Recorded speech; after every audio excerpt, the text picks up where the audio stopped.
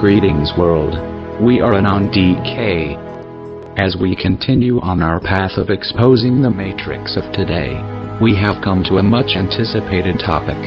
Chemtrails. So many are confused about them, what they really are, what they really do, and even more people have no idea how dangerous our air is now because of it. We have accumulated many documents from pilots, scientists and fellow whistleblowers which detail the truth of this plot to exterminate humankind. This has been going on with increasing aggression since the 1940s, and possibly before then as our studies continue. We hope this detailed explanation of chemtrails will help us all understand what is being sprayed on us by the elite to exterminate us like dogs. This is another depopulation tactic, but it serves a multitude of purposes. So let us take a moment and look into the ingredients in detail, how they affect us and how the government uses them. We have so much knowledge in this world. We have a lot of knowledge about almost everything. But what do we actually do with all the knowledge? Do we integrate it into our feet? By this I mean, of course, do we really understand? Because understanding is taking action and so on. Well, when we look at the sky here, what do you see? Or actually, what do you feel? Because do you feel something by watching this sky? Does this look totally normal? Do you feel something in your stomach, in your solar plexus, in your mind, in your head, in your heart, in your legs, in your toes? What do you feel? And what do you see? Sometimes it's very good to feel and see, or add these two together. Actually go outside and see what you're feeling. When we know what things are, we will not be so much influenced by them because we can change our thoughts, we can change our feelings, and thereby we can change our reality, so we will not be part of the global game, you can say, the global mind control game. It is called geoengineering, fighting global warming by putting a chemical dust in the atmosphere. Fighting global warming by putting a chemical dust in the atmosphere.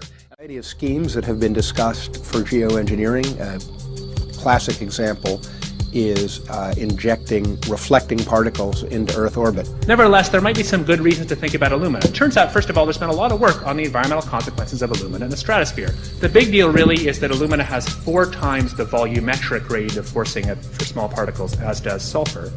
And that means you have 4 times less surface area for the same rate of forcing.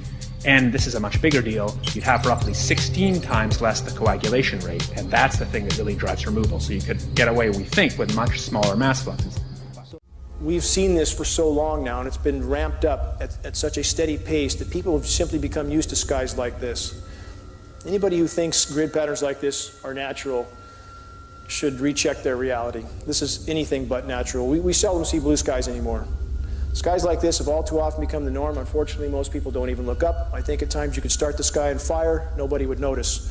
It's exactly what geoengineering patents call for: solar obscuration, to block the sun with toxic metal particulates. And unfortunately, with geoengineers, they don't seem to take the consequences into account. The planet is like a giant physics lab for them, and they seem to not be able to look outside that. Increase rain. This is about creating artificial clouds, which reduces rain.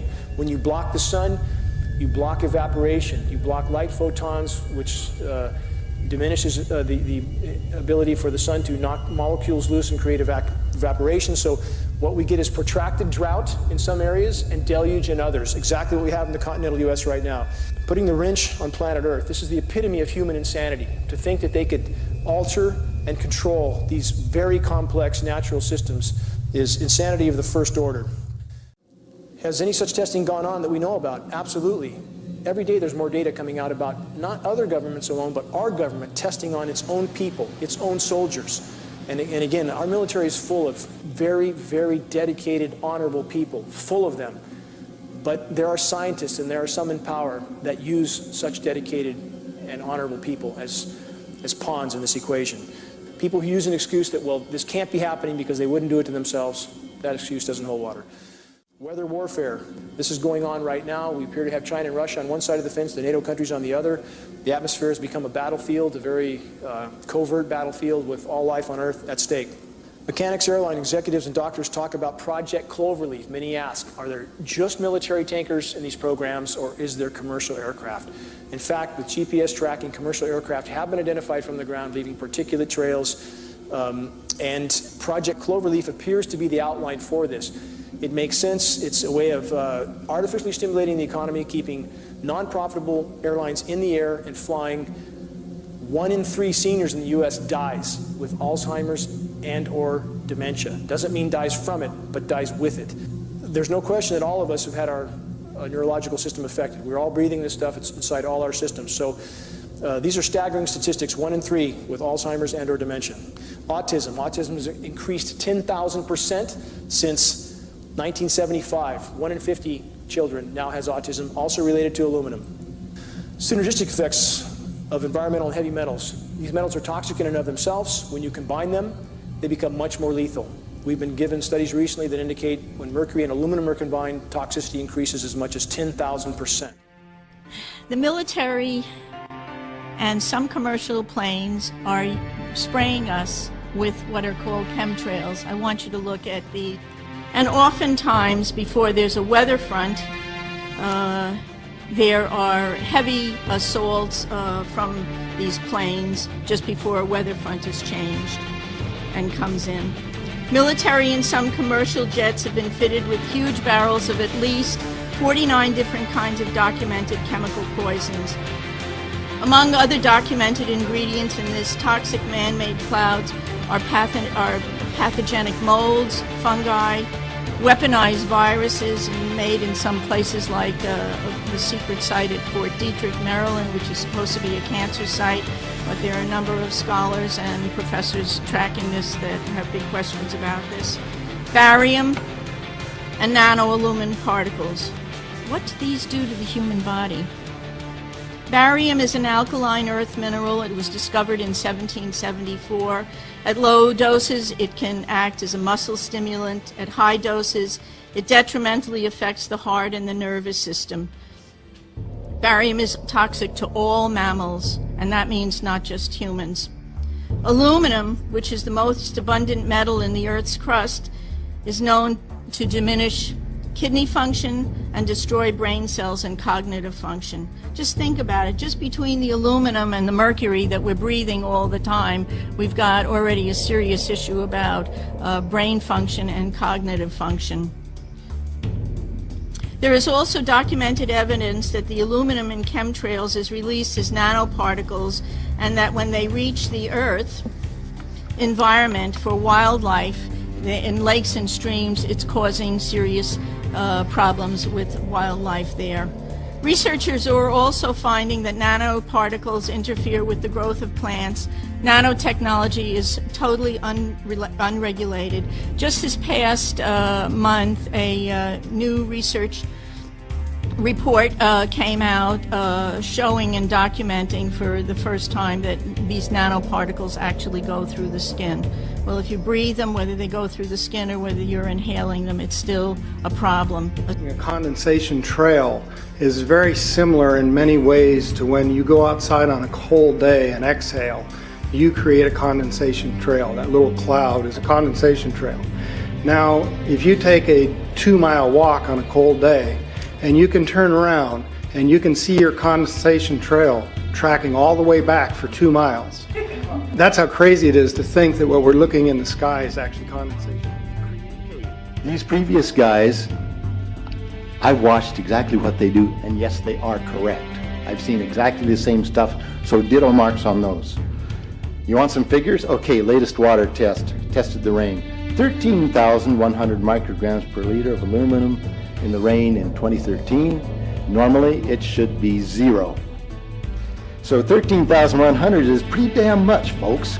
It used to be 0, then it was 100s in the 2000s, and then since 2010, it's into the 1000s and the latest 13,100.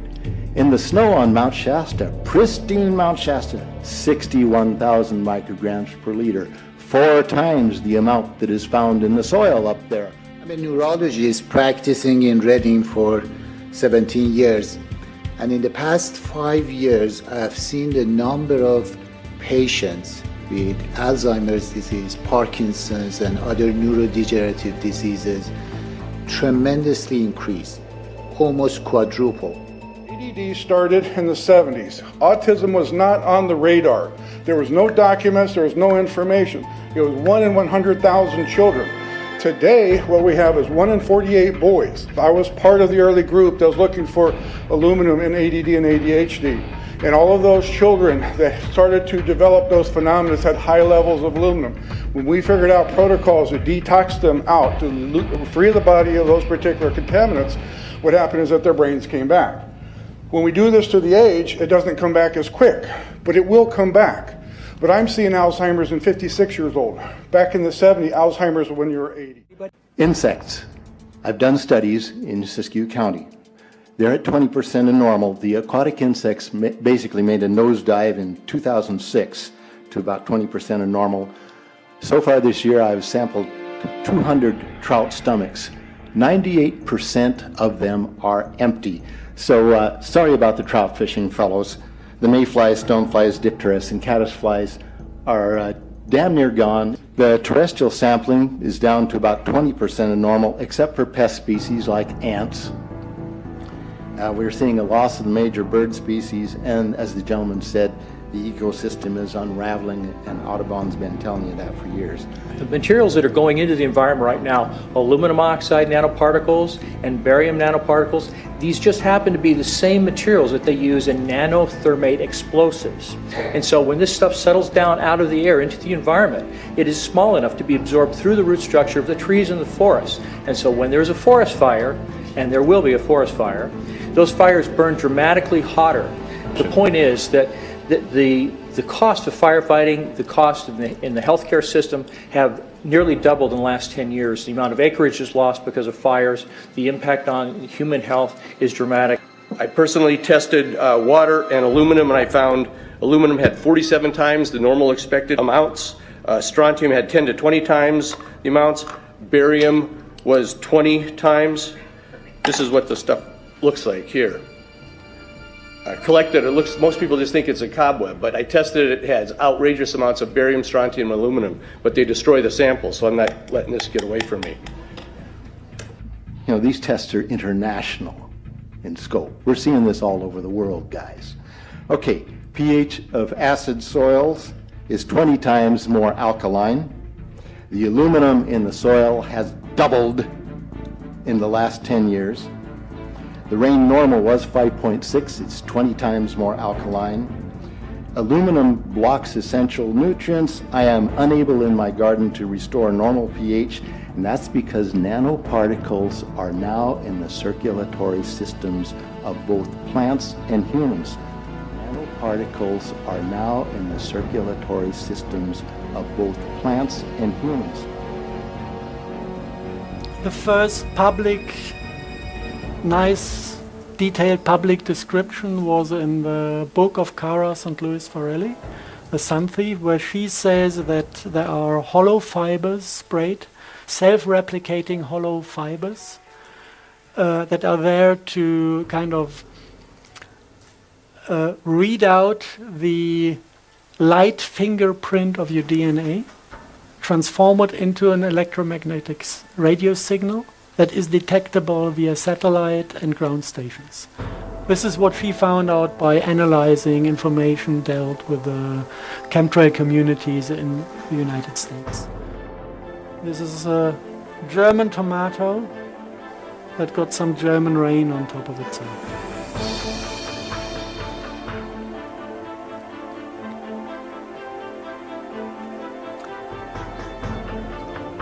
This is real time, yes. Now watch the Morgellon, what he does. He loves this. He's getting excited and he's trying to get close. These are basically, it's mycelium of a certain type of fungus. And this fungus is, first, if you want to look at it, it's airborne. It's not a single fiber here and there. It is glowing under UV light. So if you take a UV lamp at night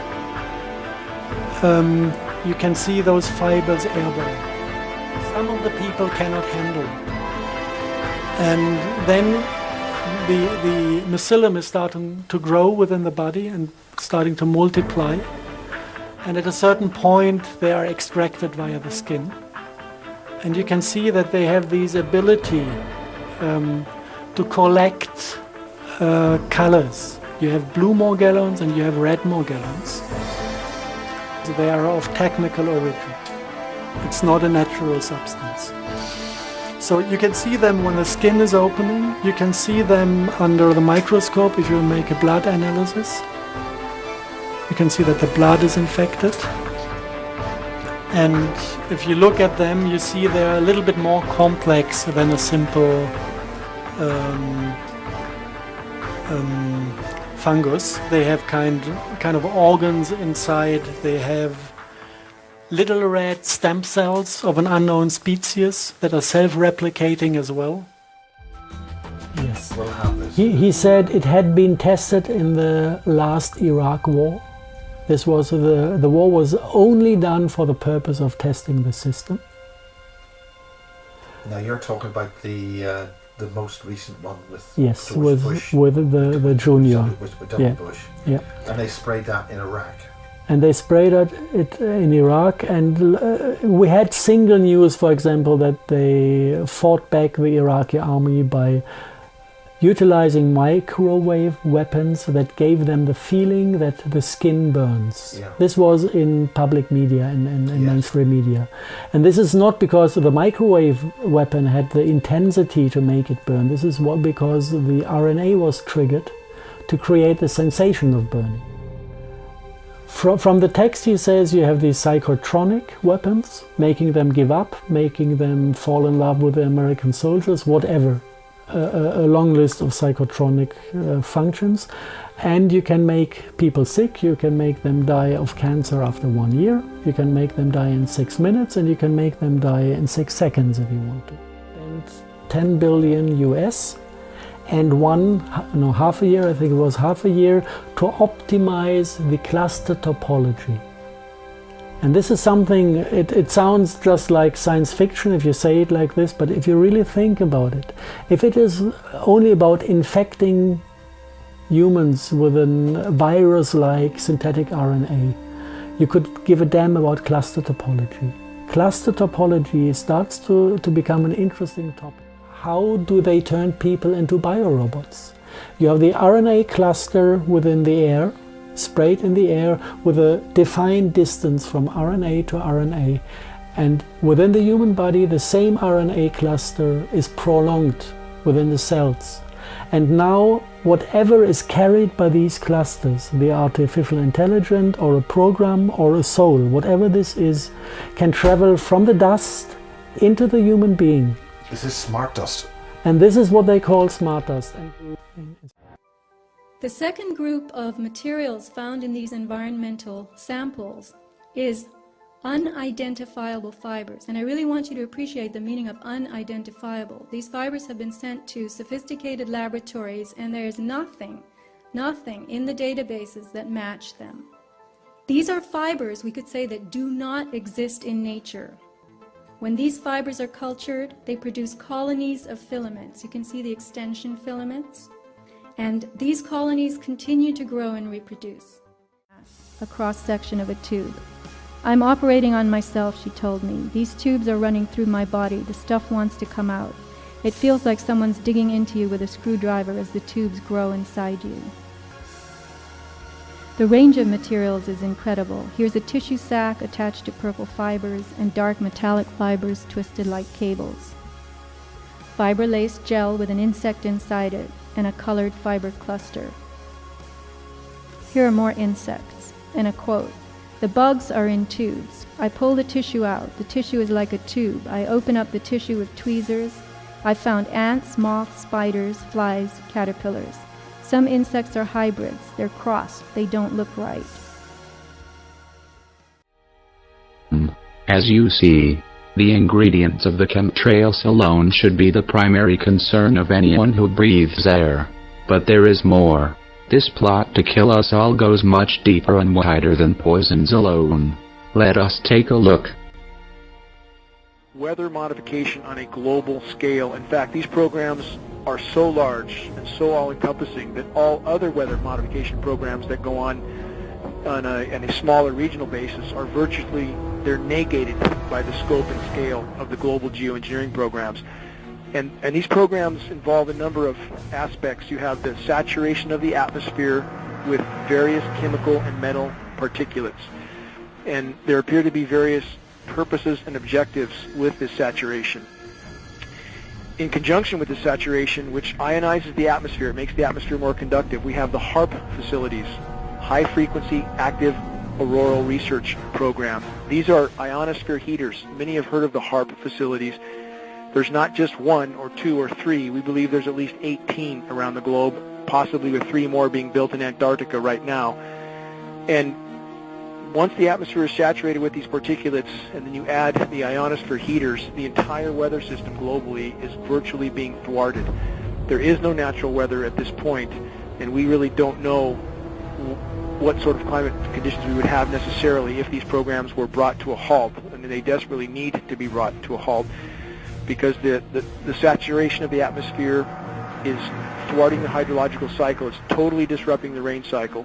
Again, we have the artificially nucleated snowstorms, which I just mentioned. You can't go from 100 degrees to snow in one day without a whole lot of help.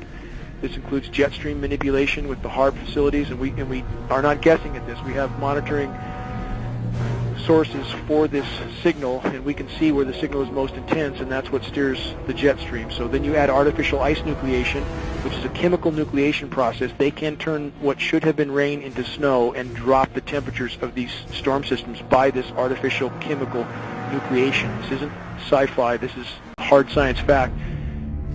Lisa Martino-Taylor's life work has been to uncover details of the Army's ultra-secret military experiments carried out in St. Louis and other cities during the 1950s and 60s. This study was secretive for a reason. They didn't have volunteers stepping up and saying, yeah, I'll breathe zinc cadmium sulfide with radioactive particles. And secrecy, clearly they went to great lengths to deceive people. By making hundreds of Freedom of Information Act requests, she uncovered once classified documents that confirm the spraying of zinc cadmium sulfide. The greatest concentration of this compound was sprayed near the Pruitt-Igoe housing complex just south of downtown St. Louis. It was home to 10,000 low-income people, and an estimated 70% were under the age of 12.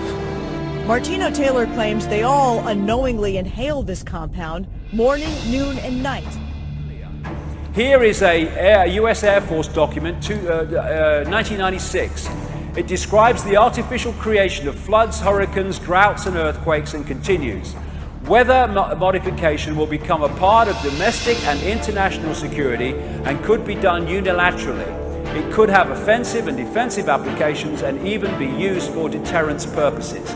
The ability to generate precipitation, fog, storms on Earth, to modify space weather, and the production of artificial weather all are part of an integrated set of military technologies. In the HARP patents and specifications, etc., in the description of a researcher describing and summarizing what it said this: dispersed metallic particles such as aluminium, barium, and strontium, the main chemical ingredients of chemtrails, may increase the atmosphere's conductivity and therefore enhance HARP's weather modification performance. So it's doing that as well. So where am I going with this? Well, I'm going here. Dr. Richard Day, 1969, the weather will be modified and used as a weapon of war to create drought or famine. Control if they eat, and their hearts and minds will follow. This is all part of the control system that they're bringing on. Get them off the land free. Financially, get them off the land. They can't afford to stay there anymore. This is the dynamic between people, politicians, and banks. These answer to the same masters, thus they change legislation to suit them and screw them. This is how it works through this system. This is why the governments are not doing what's right for people, economically or any other way. They're doing it for that which they represent. It's so obvious that clouds normally don't form this way if they are natural clouds, which they aren't. So there's extreme HARP activity going on here. Now I'm walking, you can... The clouds are over here. It's very strange looking and it's very heavy, you can say. It's like a pressure going on in your head. It's like... Yeah, it's like there's a heavy mobile phone radiation going on actually right now. That's how I feel it. And you see how obvious it is. It's amazing, isn't it? And almost every people should be able to see that this is not a normal cloud formation. Look at the straight lines, look at how it's building up. The reason behind the Paris Agreement and the reason behind the quote-unquote fight against climate change. There is a massive connection that everybody seems to be missing with climate change. You see, these emissions that they all love to talk about and say that humans are causing the emissions.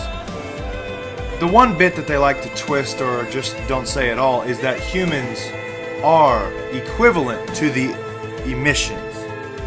So in other words, as Bill Gates states, which you can see in this video here, and of course there's another prominent, depopulation is apparently, according to scientists and environmentalists and bioethicists, is about the only way that they can reduce the CO2 problem, if you want to call it that. The United Nations now owns the climate. In a rather sweeping move for control of the weather, the UN successfully adopted the Paris Agreement into its agenda, citing that climate change is the most important issue of our time. Environmentalists across the globe have offered solutions that range from cutting emissions to depopulation. According to Travis, a bioethicist and a philosopher at the Berman Institute of Bioethics at Johns Hopkins University, the people of the world must stop having children immediately, although Travis has a child of his own. What I was trying to say is exactly what I said. There is weather control techniques. We have a complete package on that, which I did not bring, but I certainly will see to it that it is brought in for the record. Number one, the entire patents on the equipment. Number two, Senator Claiborne Pell's complete statement and story of his own that not only does it exist, but that we even utilized it as far back as the Vietnam War. You might want to touch base with Senator Pell. I just want to repeat before I turn to So yes, but we do have all that information. You're saying the government has created weather tampering techniques so that the, quote, New World Order will be able to starve millions of Americans. Worldwide. Millions of Americans, and to control the rest. Yes, sir, and that's my belief. As bizarre as that sounds, if somebody had told me that that equipment even existed 10 years ago, I would have thought they were nuts, sir. And at this point in time, we have all the documents to prove it. And if you think that 85 tornadoes takes place in the middle of our growing area by simultaneous accident, I'm sorry. With the equipment that's already set up internationally, and as bizarre as that is, it is proven and documented. We will supply you with those documents. As bizarre as that is, I would say that weather wars, and this is quoting actually Senator Claiborne Pell himself, that they are the greatest weapon ever created in the world, and that's the Senator's own statement. So yes, I do stand on that. Thank you, Mr. Fletcher. Thank you, Mr. Chairman. If you have a covert operation, a cover for that operation will be provided. That's the nature of a covert operation. Chemtrails. On the internet, they are cited as proof of the government creating clouds to combat global warming. They claim the American government, with the secret approval of the national government, is covertly using jet aircraft to spray population centres with aluminium, with barium, and with strontium so as to reduce people's immunity and reduce the global population. That is not rain, that is not snow. Believe it or not, military aircraft flying through the region is dropping chaff. Small bits of aluminum, sometimes it's made of plastic or even talcized paper products. We've seen this for so long now, and it's been ramped up at such a steady pace that people have simply become used to skies like this. Anybody who thinks grid patterns like this are natural should recheck their reality. This is anything but natural. We seldom see blue skies anymore. Skies like this have all too often become the norm. Unfortunately, most people don't even look up. I think at times you could start the sky on fire, nobody would notice. It's exactly what geoengineering patents call for: solar obscuration, to block the sun with toxic metal particulates. And unfortunately, with geoengineers, they don't seem to take the consequences into account. The planet is like a giant physics lab for them, and they seem to not be able to look outside that bubble. This is halos around the sun. We see often as the atmosphere is filled with particulates. It's important to understand, just because you don't see trails from horizon to horizon does not mean you're not breathing particulates. We seldom see blue skies anymore. They're a silvery white color, especially in the mornings or the afternoons. If you look to the east or to the west, and you block the sun with something, you can see the air is very silvery white. This is indicative of an atmosphere saturated with particulates. These particulates create drought. This is a very known and not disputed effect of geoengineering. As you saturate the atmosphere with particulates, you diminish rain. People need to get this through their head. This is not about seeding to increase rain. This is about creating artificial clouds, which reduces rain. Global warming and global dimming. Global dimming is something people should be familiar with as well. As of the latest reports, 22% of the sun's direct rays no longer reach the surface of the planet. They're being blocked. The planet is literally encased in a cocoon of toxic metals. Yes, pollution is a part of this problem, but we believe a small part in comparison to the geoengineering influences is horrific, one of which is vitamin D deficiency, of which 98% of the U.S. population is now deficient in vitamin D. The host of diseases and ailments that ensue from that is horrific, not to mention the fact that we are breathing these particulates. So photosynthesis for plants, another issue. You can't block the source of life on planet Earth without consequence. Clouds were seeded by numerous countries around the globe with various chemicals to produce rain. China was just doing this over the summer in Beijing to make sure that there weren't any there wasn't any rain during the Olympics. But all this has changed dramatically with the U.S. military's secretive research and plans to control the planet's natural weather. This has not been given very much press, and we have to remember that we have a corporate-owned press where 85% of radio, television, and print media is owned by 5 corporations. And as of April this year, there are more than 150 different weather modification programs around the world.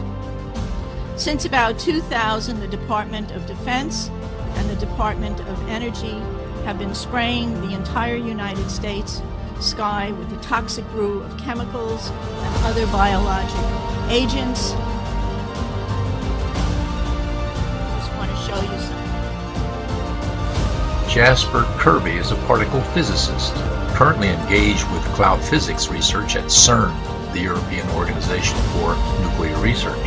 In an article published in the journal Nature, Kirby reports that cosmic rays, quote, seem to enhance the production of nanometer-sized particles from the gaseous atmosphere by more than a factor of 10, unquote. He added, however, that the particles in question are far too small to serve as cloud condensation nuclei. This important excerpt from Dr. Kirby's 2009 presentation makes it clear that IPCC climate scientists are fully aware that jet aircraft are dumping aerosols into the atmosphere with the effect of deliberate climate warming. So what do? We must stop allowing them to continue doing this. It is very simply, stand up and fight, if you wish to live. When we are not being bombarded with toxins, we can cleanse our bodies and minds. Websites like getthetea.com and such may be good internet sources to look at, as they are known to have solid products. But we suggest you seek a natural holistic doctor who would know the most about how to fix the body from heavy metal poisonings and the numerous other infections you possess. If you want it to end it. No one is here to save us. We are on our own. We must fight and destroy the elite who knock us and slaughter us and the planet we live on. They are the infection. They are the true parasites and disease of this world. Rise against the machine. We must make it stop. We are on decay. We are awake. Expect us.